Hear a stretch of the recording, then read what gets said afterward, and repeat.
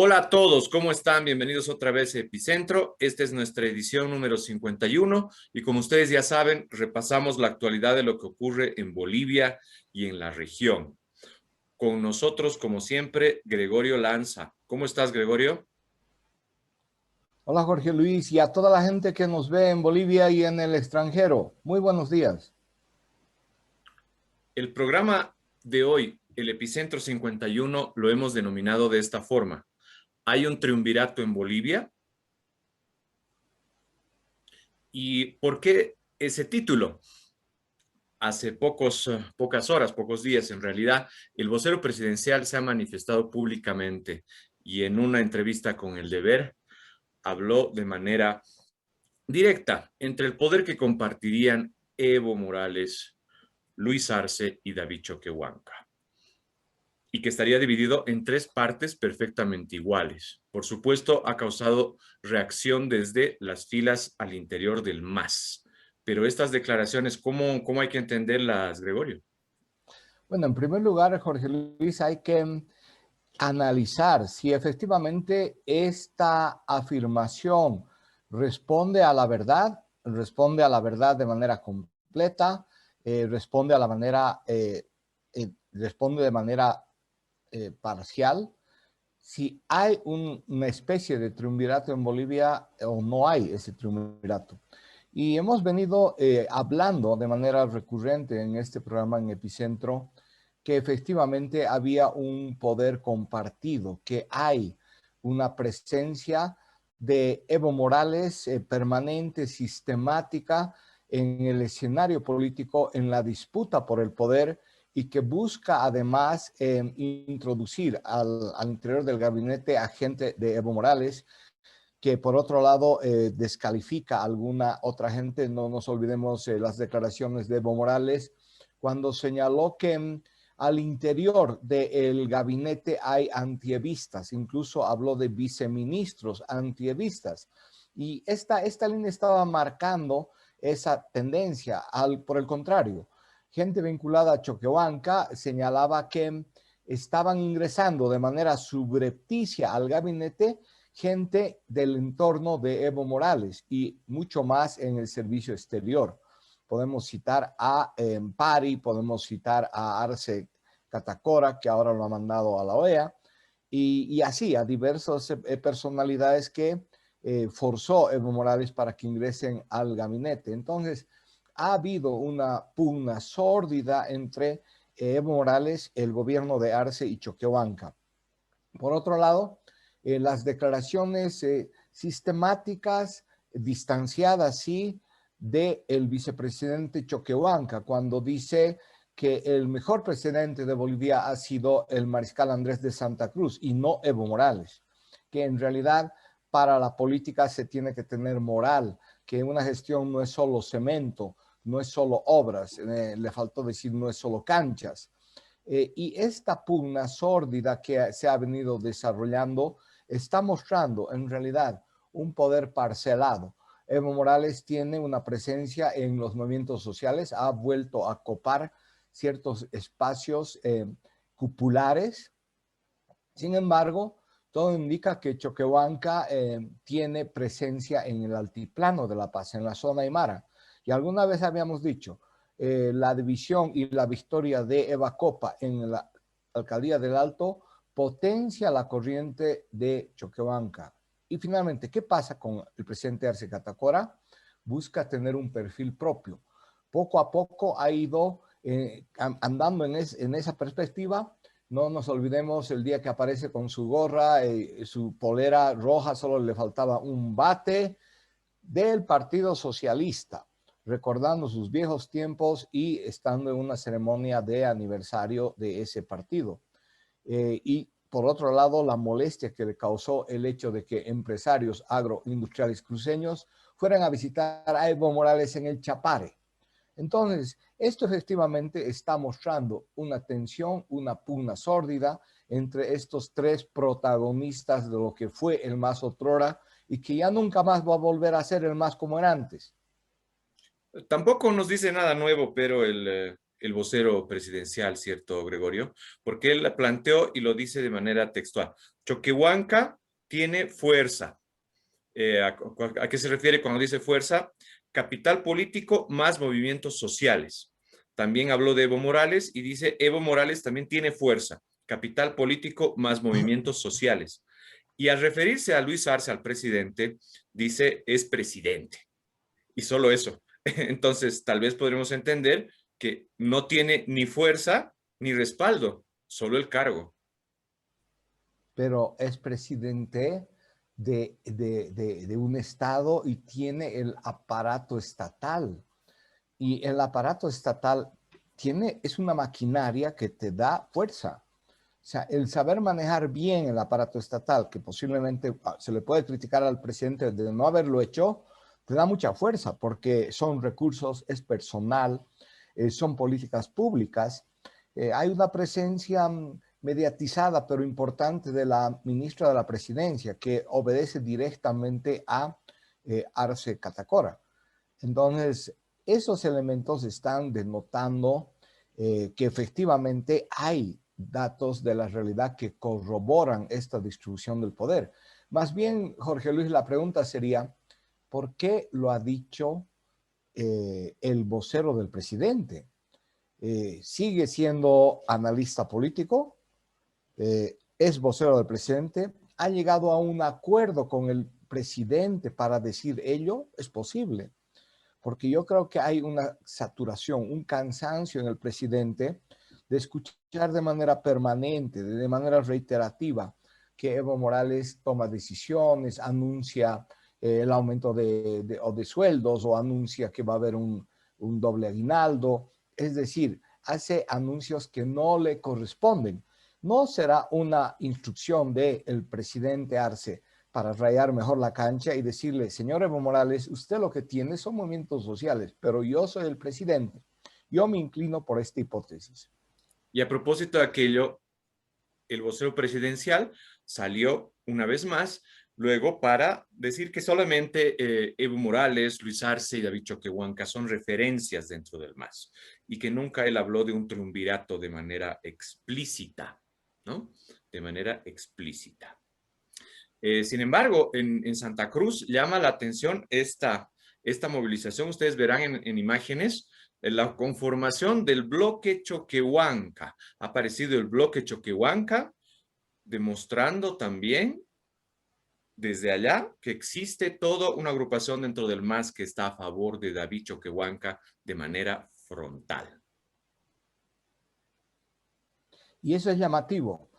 O al final confirma esta tendencia que hemos señalado permanentemente y es probable que el portavoz ha salido para decir aquello porque ha generado sus declaraciones roncha en el MAS. Han salido al frente diputados, gente allegada señalando que o no es verdad, que se equivoca, que este señor, ¿por qué está diciendo eso? Sin embargo, creo que ha sido una delimitación de la cancha y señalar que el MAS no es solo uno.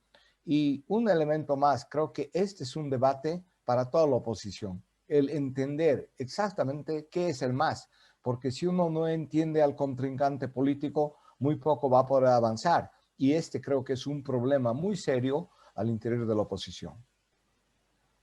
También en estas últimas horas, el alcalde de La Paz ha salido públicamente a organizar y convocar al COED, ¿no? Que es la organización que está revisando y monitoreando el tema del avance del coronavirus en el departamento de La Paz. Y ha demandado una reunión urgente con el presidente a propósito de la ausencia y la falta de una planta generadora de oxígeno en el departamento paceño. Sí, ha sido producto de una reunión del COE departamental donde ha estado el alcalde de La Paz, Iván Arias, han estado la alcaldesa de El Alto, Eva Copa, y el gobernador, Santos Quispe. Y han salido resoluciones, creo, importantes. Una es y una especie de exigencia al presidente hace que se reúna con ellos, que respete a La Paz. Creo que este es un mensaje muy importante.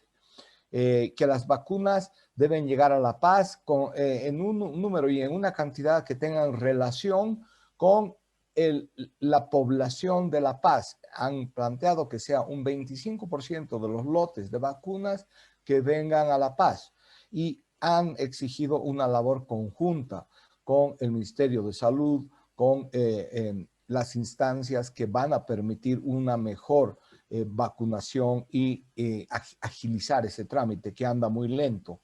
Esa ha sido una de las medidas más importantes. No se han adoptado medidas más radicales frente a la pandemia. El alcalde Arias había insistido en la necesidad de tomar algunas restricciones, como que en los días ordinarios la circulación se la detenga de 10 de la noche a 5 de la mañana y por lo menos en el día domingo se haga cuarentena rígida. Pero han habido otros sectores y en este caso la gobernación y la alcaldesa del Alto que han señalado que no hay condiciones porque la situación económica es muy grave y además tenemos una población que se dedica en gran medida a el trabajo individual, ya sea como comerciante, ya sea como transportista. Y de hecho, los comerciantes y los transportistas han planteado emergencia en caso de que se dicten algunas medidas. Finalmente, el alcalde Arias ha señalado, y creo que es una política coherente que está implementando sistemáticamente, la necesidad de reunirse, y así lo va a hacer, dijo, en estas próximas horas, con los gremiales, con los transportistas, con las juntas, para dialogar sobre estas medidas que se podrían tomar hacia adelante la próxima semana. Llama la atención, Gregorio, que el alcalde Arias sea el que aparezca y el que lleve la batuta. ¿Habrá sido esto producto de un acuerdo con Eva Copa, con Santos Quispe? Es decir, ¿por qué el gobernador, ¿no? Del gobernador La Paz no aparece ahí, en primera línea? Es probable, ¿no? Es probable y posiblemente porque también el que ha estado más empapado de los temas del COVID, no nos olvidemos que en su momento eh, el alcalde Arias asumió este rol el año pasado también, de ocuparse de una manera sistemática, permanente, con relación al tema del COVID. Entonces, está más empapado y además tiene posiblemente también una cobertura mediática un poco mayor. Y creo que al final esa decisión, ya sea de manera explícitamente consensuada o implícitamente, es lo que permite tener un portavoz de estos criterios posiblemente más consistente, pero al mismo tiempo no olvidemos que ya la alcaldesa Eva Copa, al entrar a la reunión del COE, señaló que aplicar medidas rígidas sería muy difícil en el Alto de La Paz por las características que te he comentado. Y en pantalla ustedes observan una captura que hemos obtenido desde Twitter. Es Carolina Quiroga, la autora de este tweet. Y lo coloco porque, y lo mencionamos, lo destacamos porque es interesante. Miren ustedes lo que dice.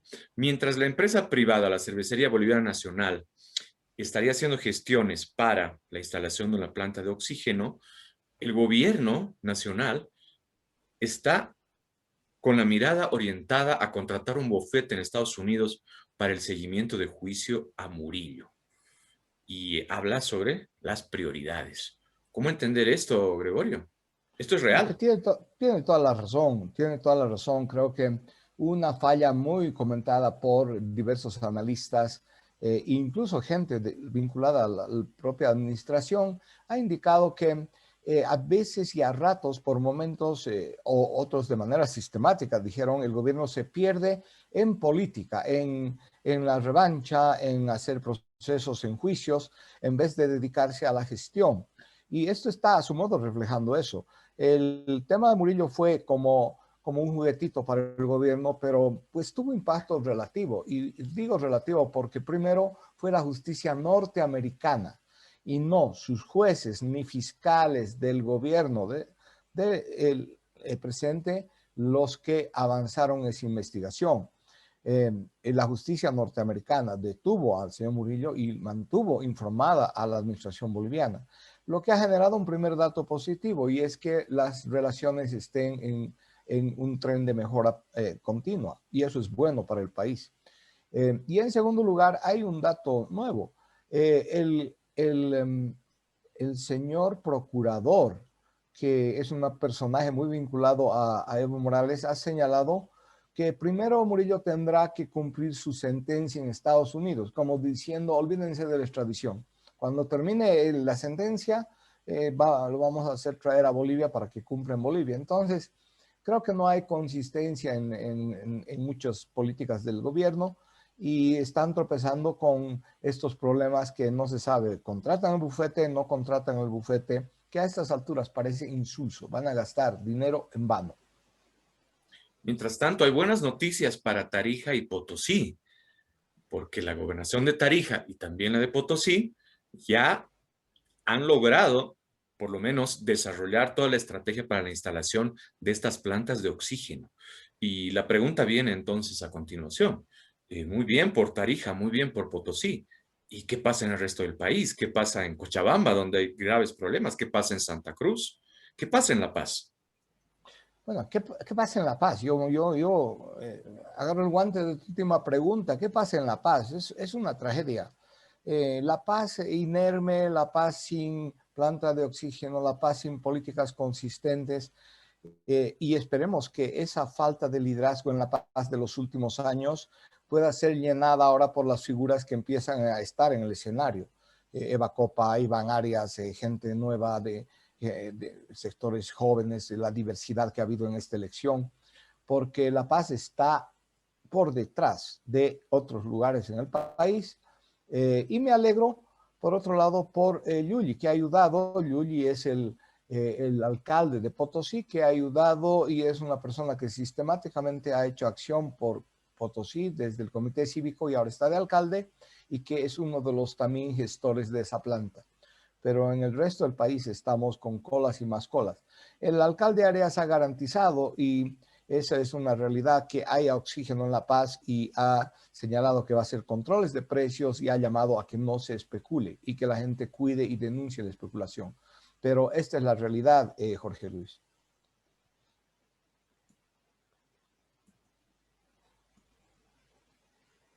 Veamos ahora la perspectiva. ¿Qué es lo que va a pasar en términos de escenarios a continuación en Bolivia? Yo creo que con la subida de esta tercera ola y el incremento de los casos, vamos a tener un periodo de cierta tranquilidad política. Las declaraciones de Richter son un paño de agua fría para todos, como diciendo, cada uno esté tranquilo, ya sabemos quiénes son, qué quieren, y entonces creo que ese puede ser un efecto beneficioso de ese tipo de declaraciones, y esperemos, aunque a veces más que escenario, lo que hablamos desde este programa es los deseos que tenemos, que haya más estabilidad en el país, que haya y simplemente un proceso de pacificación. Basta de show, queremos medidas concretas, y también la gente espera la reactivación. Pero yo soy optimista, Jorge Luis, de que nos vamos a ir acercando a un periodo de menor polarización política. Ser eso tan cierto, Gregorio, como tú lo planteas, porque no te olvides que ahorita está en vigencia el caso Murillo.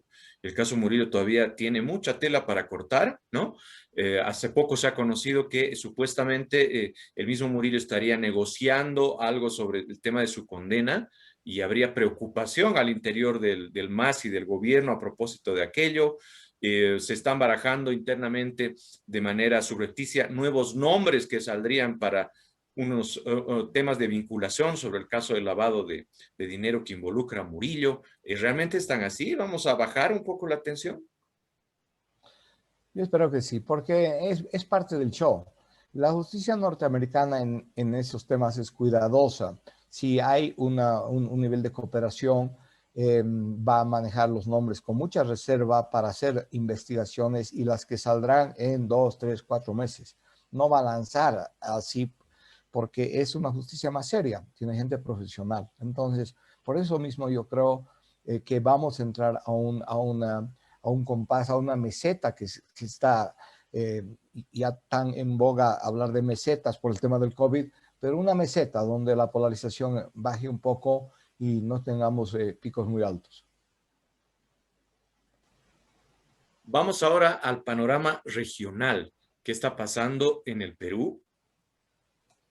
La última información que nosotros tenemos respecto a los resultados finales sobre la elección en el Perú marcan que Castillo al 96%, 96.7% de actas ya contadas, procesadas, según lo que ustedes observan, según el órgano electoral del Perú, marca un 50.254%, mientras que Keiko Fujimori 49.746%. La tendencia, según los últimos resultados que se han venido revisando y el seguimiento que hemos desarrollado, es que Castillo va a ganar esta elección, nos guste o no nos guste. Va a ganar por pocos puntos, va a ganar por pocos puntos. Analizando la perspectiva, parecería que en una victoria de Castillo pondría fin por un momento a una situación de profunda crisis en el Perú. Una crisis económica, social, pero más una crisis de fracturas regionales. El Perú, al igual que Bolivia, ha redescubierto que tenía deudas pendientes de hace muchísimos años, y es la fractura entre el sur pobre, y la costa y el norte rico, entre comillas, porque no es que Lima sea rica, una gran ciudad de más de 7 millones de habitantes, con amplia clase media, pero también con niveles de pobreza importantes, significativos. Pero junto a esta fractura regional, territorial, está el tema étnico-cultural. La gente que vive en Lima, más allá que sea de la sierra, y es gente que está en una simbiosis cultural, es diferente, totalmente diferente, hay una mezcla de razas. En cambio, en el sur, mucho más en Puno, ya frontera con Bolivia, en Juliaca, que es como el Alto, hay una concentración más bien más indígena, mestiza. Creo que estos temas tendrá que abordar, y no va a ser fácil para Castillo, pero al mismo tiempo, por lo menos, hay una declaración tranquilizante, esperemos que sea así, de su principal asesor, un economista reconocido, que ha señalado que no se van a tocar, no se va a tocar la propiedad privada, no se van a tocar los ahorros, no se van a tocar las pensiones, y que se llama a la tranquilidad en los indicadores o actores económicos. Sí, ha señalado Castillo que el deseo de una constituyente, que en el fondo también es un momento de desinflar tensiones y de hacer un nuevo pacto social, se va a convocar. Posiblemente ese escenario es mejor que un escenario donde Keiko gane, pero sea sacada del gobierno al año por una movilización popular, como le pasó a Sánchez de Lozada. No es el escenario igual, pero porque Keiko ha logrado tener casi la mitad del electorado, pero será un gobierno muy débil porque la gente ha votado por ella con la nariz tapada, como algunos intentan mostrar como el reflejo de ese tipo de votos que es virtualmente obligado, totalmente obligado, más en contra de que a favor de algo. Ese creo que es el escenario del Perú, Jorge Luis, pero claro, veremos cómo evoluciona en los próximos días.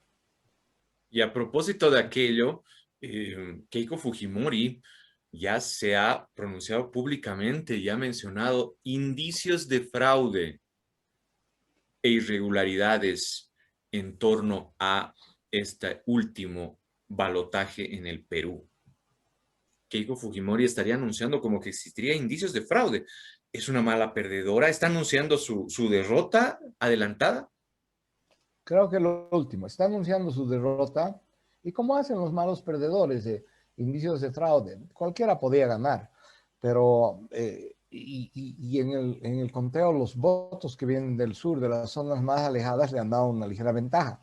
Lo que a mí me extraña es el voto del exterior, que los analistas indican que sería ligeramente a favor de Castillo o a favor de Castillo.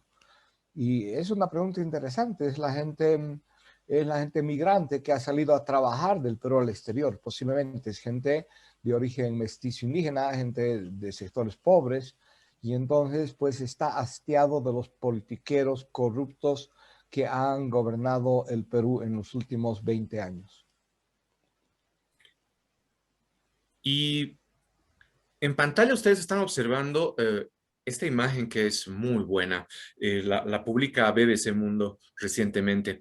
Ahí podemos observar con precisión, Gregorio, cómo está dividido el voto hasta el momento, según los últimos resultados. Pedro Castillo y Keiko Fujimori. Y ahí tenemos en naranja la votación de Fujimori y en color oscuro rojo, que no es casual, ¿no? Asociado con Pedro Castillo. Lo que te decía, Jorge Luis, si vemos a partir del centro, de Lima hacia abajo, todo el sur es rojo, pero además la votación es 60 contra 30, 65 contra 28. O sea, todo el sur es rojo. El rojo del medio es la cordillera, o sea, las zonas altiplánicas, las zonas montañosas. Lima es donde se concentra el mayor voto de Keiko Fujimori, y las provincias que están hacia el este es la Amazonía. Grandes extensiones, pero con muy poca población. Y al norte lo propio, ¿no? La frontera con Ecuador, que es mucho más costera, con poca población y una visión mucho más liberal de otra naturaleza. Pero así se ha dividido el Perú, ¿no? La cordillera de los Andes y alrededor de la cordillera todo el voto rojo y el sur del Perú. El Perú ha decidido. Pedro Castillo será su presidente. Ahora nos vamos, como siempre, al sector más esperado del programa. Revisamos las caricaturas de esta semana, las más interesantes. La primera de ellas, la vemos ya en pantalla, corresponde al arte de Alejandro Salazar. Verán ustedes ahí una manzana podrida, llena de gusanos. Y estos gusanos dicen varias cosas. Veamos desde la izquierda. Dice, escribí un artículo denunciándolo. Otro diría, nada que ver con las pititas. Otro, ya no estaba en mi partido. Otro, nunca le vi la cara. Otro, no acataba instrucciones. Otro, yo le temía. Otro, en su momento yo les advertí. Y otro, los delitos son intuito personal. A propósito del caso Murillo.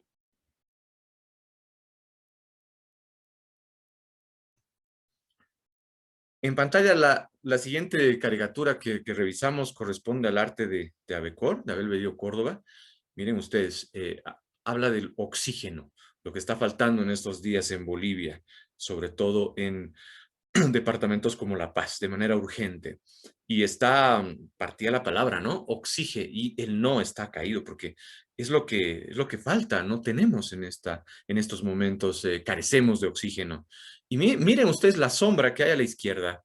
Si ustedes ven con detalle, tenemos una sombra de alguien que está con su guitarra.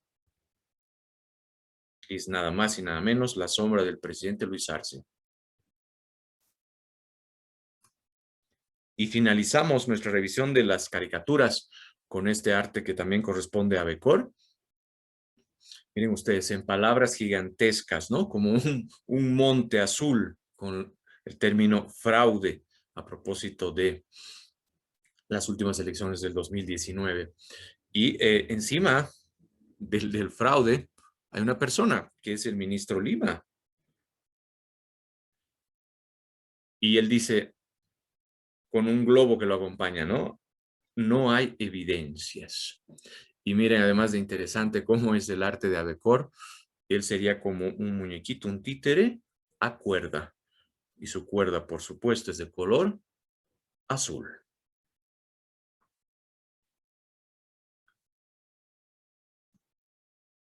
Y de esta forma hemos concluido nuestro programa de hoy.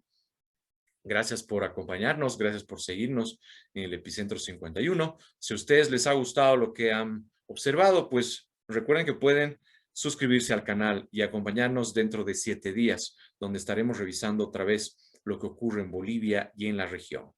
Gracias.